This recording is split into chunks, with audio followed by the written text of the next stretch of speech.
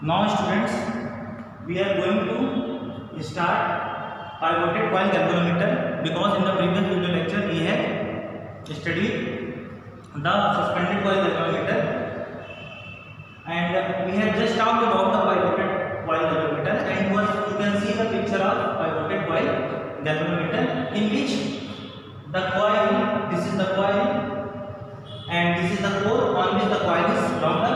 And this coil is suspending, this coil is pivoting, means it is fixed, it is not hanging, it is fixed in between these two supports. These are the pivoted points. In between them this coil is attached and it is fixed in between them.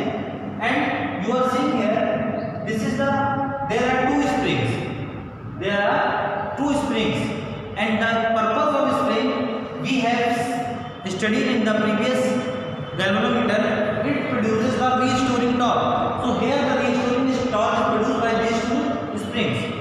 And one more important thing, when you draw this figure, just see this wounding, how you attach the springs. If this spring I am attaching, wrapping like this way, means we can say clockwise, then the connection of this spring must be anti-clockwise. Why it is? We would understand why it is. Now, there is a pointer, you are seeing that there is a pointer which is attached to the coil, and this is a circular scale here. There is a circular scale here, and pointer begins points at 0, and the number of divisions on both sides are same.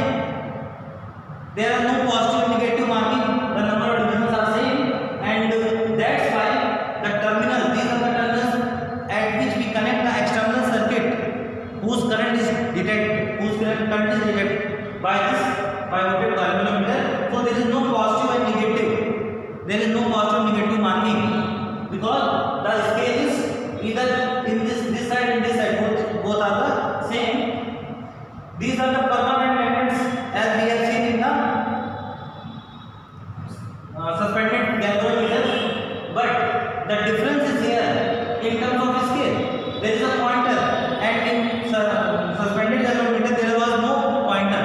There is a mirror in place of pointer, and we are placing a light on the mirror, and that light is, after reflection from the mirror, is pointing the divisions on the scale. So that is lamp and post arrangement for the scale, but there is a pointer arrangement. Okay, and one difference is there. It is not hanging, it is in between these two. Pivot, it is fixed, it is not hanging. And also there are two springs which are attached in the opposite direction with each other to provide the restoring torque. Now let's start to understand. All the workings is same, just like we have understood in the suspended galvanometer. Just some differences is there. Let's see. If there is a current from here to here, there is a deflection in the coil because of the deflecting torque produced in the coil.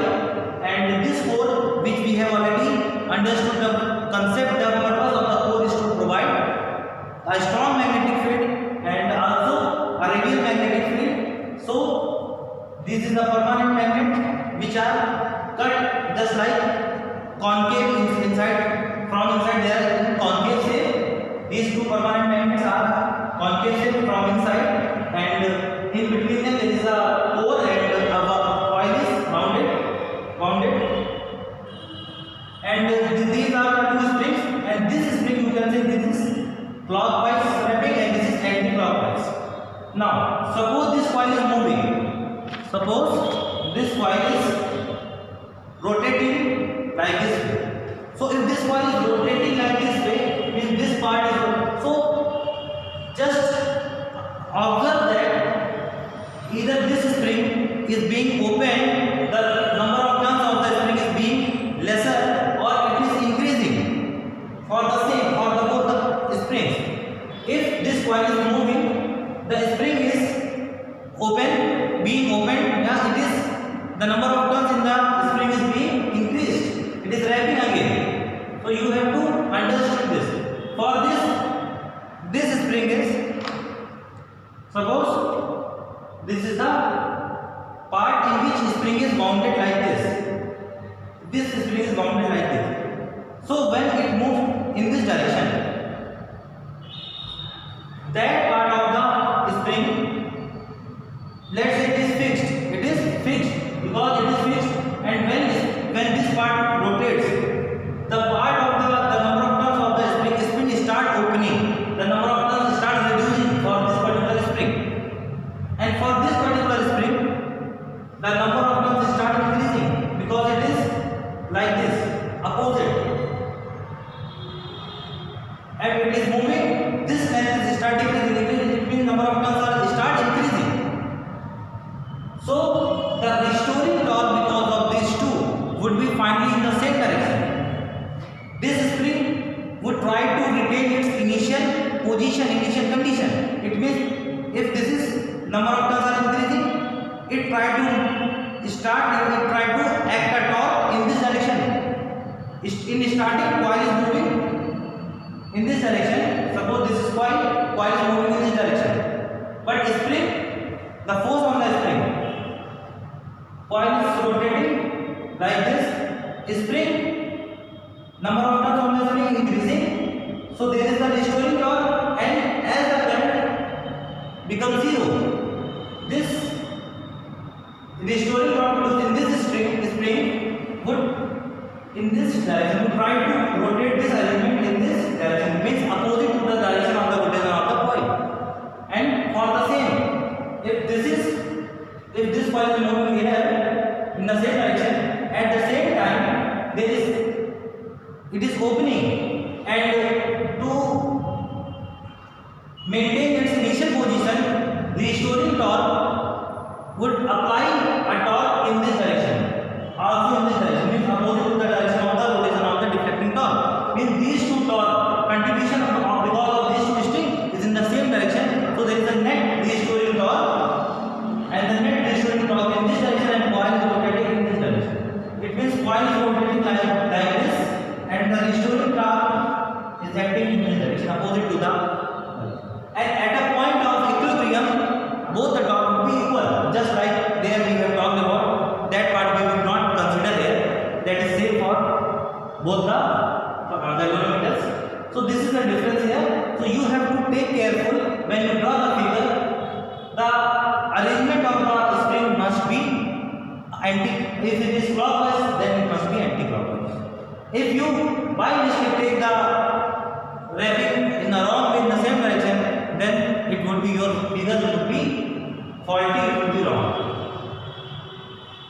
And as we have told already that the sensitivity of this galvanometer is less than the sensitivity of the suspended coil galvanometer, and it can measure up to 10 to the power minus 6. It means order of 10 to the power minus 6 means in microampere. It could measure the current in microampere, and the remaining things are same. So this is the pivoted galvanometer. Now we are going to discuss the sensitivity of a galvanometer. What is the sensitivity of the galvanometer?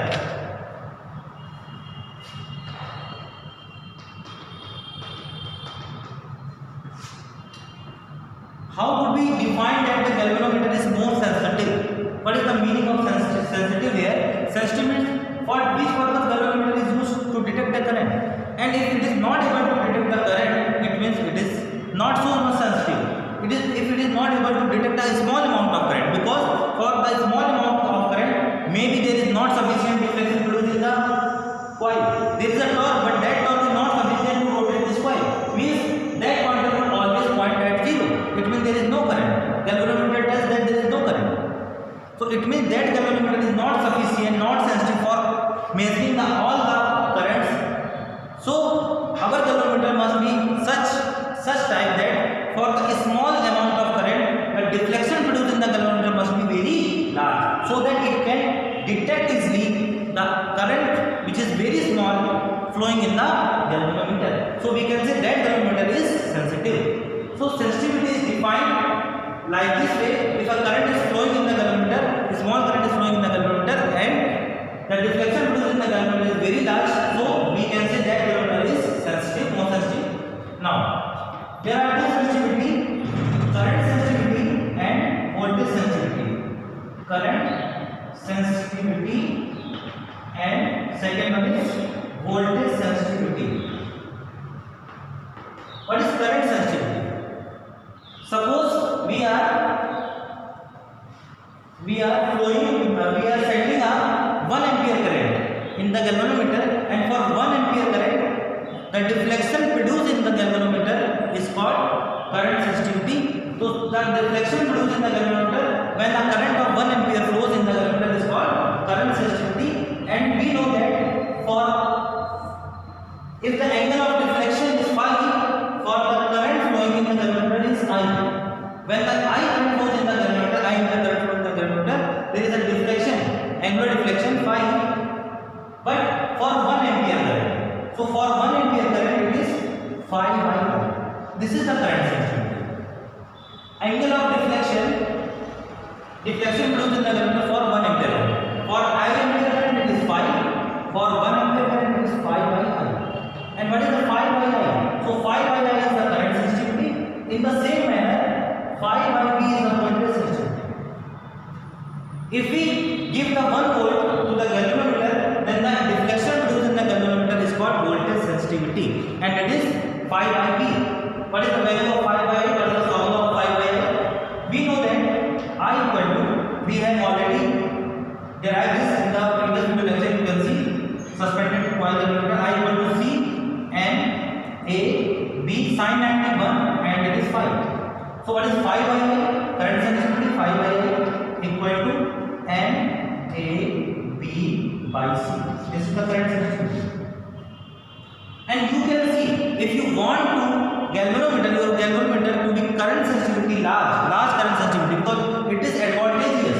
Sensitivity must be large so that it can detect a small amount of current. So we can say that galvanometer is very good. So if we want to make the current sensitivity large, we have to take this C small. That's why in the suspended coil galvanometer, Torsional constant must be very small of the phosphorus bronze strip, suspension strip. So that's why the suspension strip has less torsional constant. Phi by I equal to NAB upon C. Now we can say for the voltage sensitivity, what is the formula for voltage sensitivity? We can also see here from here the current sensitivity could also increase by increasing the magnitude of the magnetic field, and magnitude of the magnetic field depends on the permanent magnet. So by using a strong permanent magnets, we can increase the magnetic field, and so we can increase the current sensitivity also by increasing the number of turns. But there is a limit, because when we increase the number of turns, the weight of the particular arrangement will also be increased. So it is not up to infinite that we can increasing the number of turns and area of cross section. There is a limit up to which we can increase, and current sensitivity can be also increased. After that, if the number of turns increasing, resistance of the coil also increasing, and weight is also increasing. Now voltage sensitivity, we know that I equal to V by R. So in place of I, we can write I equal to V by R, and R goes here, and AB upon C. So phi upon V equal to NAB upon CR. This is the voltage sensitivity formula, where R is resistance of the galvanometer. We can say R is resistance of the galvanometer. Resistance of galvanometer. Where is R is resistance of the galvanometer.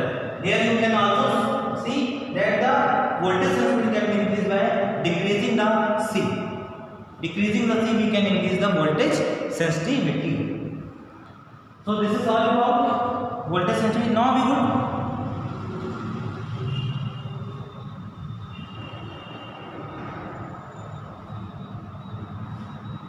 the galvanometer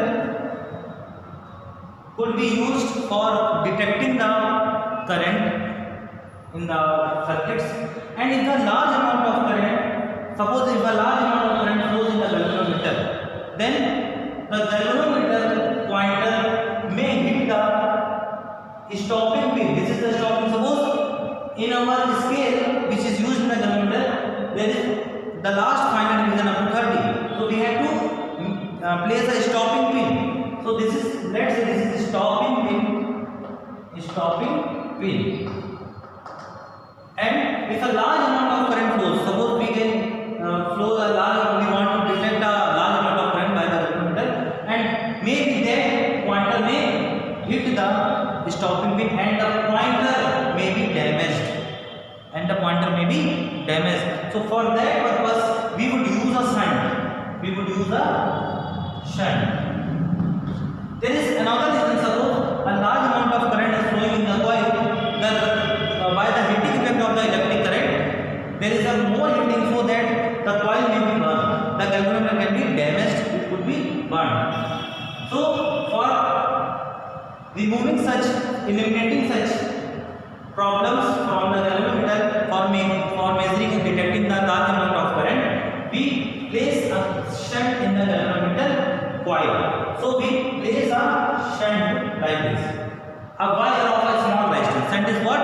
Shunt means it is a wire of a very small resistance, and we know that in the current electricity chapter, if the resistance of the wire is very small, there is a maximum current flowing in that particular wire, because V equal to IR, and resistance tries to oppose the current flowing in the particular path, and the resistance is low, this large amount of current would pass from this.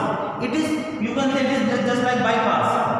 The current is flowing from here, large amount of current, most of the current would bypass from this shunt, and a small amount of current would go through the coil. So there would not be so much deflection, so that it could be damaged. So this is the main purpose why we use the shunt in the galvanometer. It means we can say this is a shunt type galvanometer, and this is used especially in the meter gauge. You can see in the meter gauge or potentiometer, shunt galvanometer is used there. Now we would further see the ammeter and